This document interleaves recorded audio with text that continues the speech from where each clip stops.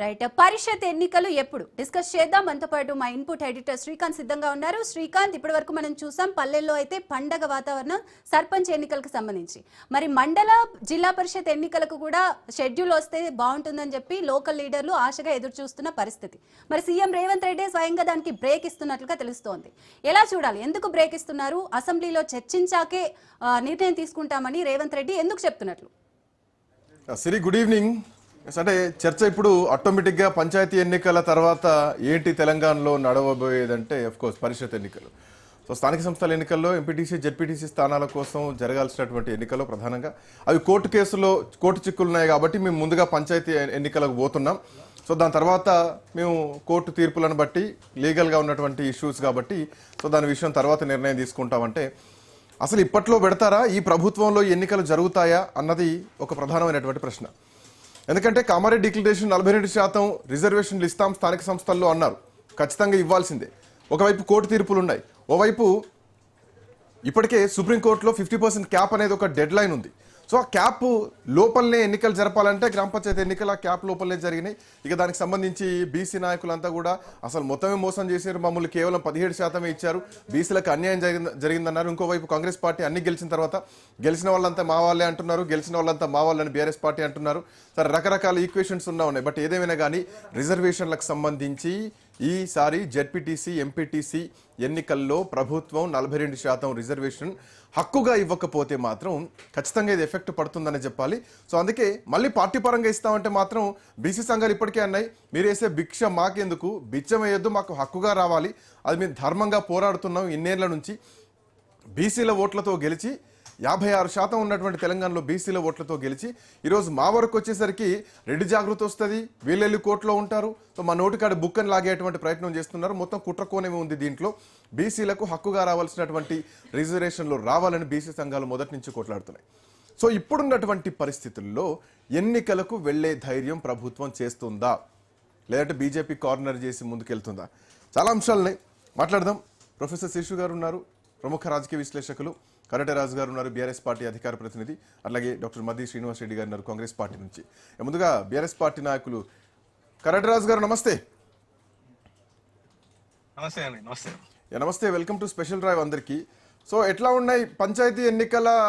పంచాయతీ అయిపోయింది, సో ఇక ఆ 3,000 కోట్ల కోసం ఎన్నికలు పెట్టారు అని చాలా కామెంట్స్ అన్నారు. మొత్తానికి రిజర్వేషన్లకు సంబంధించి ఒక కేటాయింపులు అయిపోయాయి, ఎక్కడెక్కడ ఎవరెవరు అని. ఆల్మోస్ట్ కాంగ్రెస్ పార్టీ చెప్తుంది మేము 60% బీసీలకే ఇచ్చాం, దీంట్లో ఎక్కువ బీసీలకే అవకాశం ఇచ్చామని చెప్పేసి.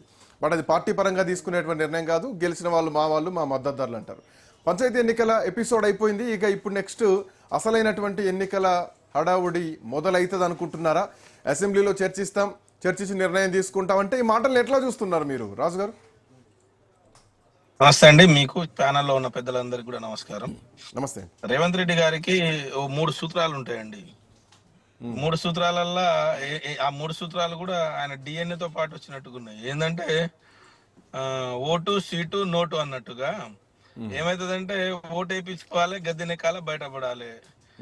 లేకపోతే ఇందాక మీరు చెప్పినట్టుగా చాలా మంది ఏమనుకున్నారంటే ఏదో గ్రామ పంచాయతీ మీద ప్రేమ ఉండి, సర్పంచుల మీద ప్రేమ ఉండి, గ్రామాల పైన ప్రేమ ఉండి ఏదో సర్పంచ్ ఎలక్షన్లు పెట్టిరన్నట్టుగా కొంతమంది కాంగ్రెస్ నాయకులు చాలా సార్లు అన్న, చాలా టీవీ డిబేట్లలో కూడా చెప్పిన, అరే నాయన మీ మీద ప్రేమ కాదు, గ్రామాల మీద ప్రేమ కాదు, ఆయన మీద నోటు మీద కేంద్రం నుంచి ఇచ్చే ఆ నిధుల పైన ప్రేమ ఉంది. ఆయనకు 3,000 కోట్ల రూపాయలు ఇప్పుడు ఊర్లు కానీ ఏదైనా ఊర్లలో చిన్న గ్రామీణ ప్రాంతాలు ఏదైనా పని చేయాలంటే రూపాయలు లేని పరిస్థితి. ఆయన వచ్చిన తర్వాత ఆర్థిక పరిస్థితి మొత్తం కూడా మందగించిపోయింది, జీతాలకు కూడా వచ్చే పరిస్థితి లేదు. తెలంగాణ రాష్ట్రం మొత్తం కూడా రైజింగ్ కాదు, ఫాలింగ్ లా ఉంది అన్నట్టుగా నేను గతంలో చాలా సార్లు చెప్పినాను. ఆయన చేసింది 3,000 కోట్ల 30,000 కోట్ల అంశం అట్లా ఉంచితే మీరు కనీసం సర్పంచులను కాపాడలేకపోయారు, సర్పంచులకు నిధులు ఇవ్వలేకపోయారు.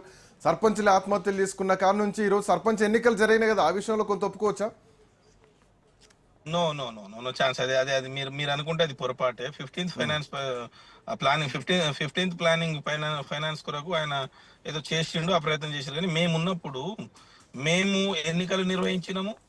భారతదేశంలోనే తెలంగాణ పల్లెలు మేటిగా సాటిగా ఉండి, ఒకవేళ కేంద్ర ప్రభుత్వం గ్రామీణ ప్రాంతాలకు ఒకవేళ ఏదైనా మెడల్స్ కానీ ఏదైనా బహుమతులు ఇస్తే 21 బహుమతులు, దేశం మొత్తం కూడా 21 బహుమతులు తీస్తే దాంట్లో 19 బహుమతులు తెలంగాణ పల్లెలకు దక్కినాయి ఆనాడు కేసీఆర్ గారి పాలనలో.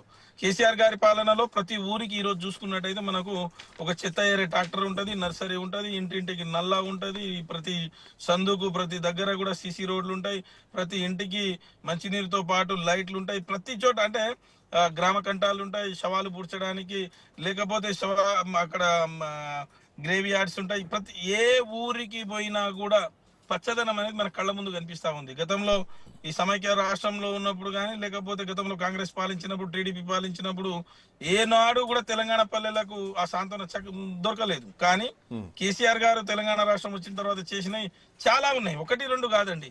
కేంద్ర ప్రభుత్వము పార్లమెంట్ లో ప్రశంసించే విధంగా కేసీఆర్ గారు చాలా బ్రహ్మాండంగా పనిచేసారు. నేనేమంటున్నానంటే కేంద్ర ప్రభుత్వం మేము మెచ్చుకున్నది కాదు, కేంద్ర ప్రభుత్వం. రాజు గారు కరెక్ట్.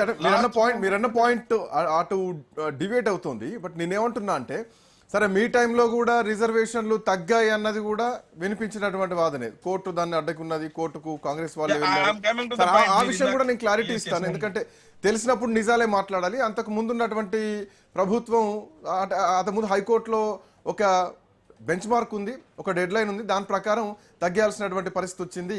అందరికి తెలిసినటువంటి విషయమే, జగమెరిగినటువంటి సత్యం. బట్ నేనేమంటున్నా, ఇప్పుడున్నటువంటి పరిస్థితుల్లో ఈ ప్రభుత్వం స్థానిక సంస్థల ఎన్నికల్ని అంటే ఎంపీటీసీ జెడ్పీటీసీ ఎన్నికలను నడిపే పరిస్థితి ఉందా? ఉంటే 42%తో సాధ్యమా? లేదంటే గ్రామ పంచాయతీ ఎన్నికలు ఎట్లా అయితే జరిగాయో పార్టీ తరపునే ఇస్తాం, మేము పార్టీ పరంగా ఇస్తాం, కేంద్రం కోర్టులో బాలేసి ముందుకెళ్తుంది అనుకోవచ్చు.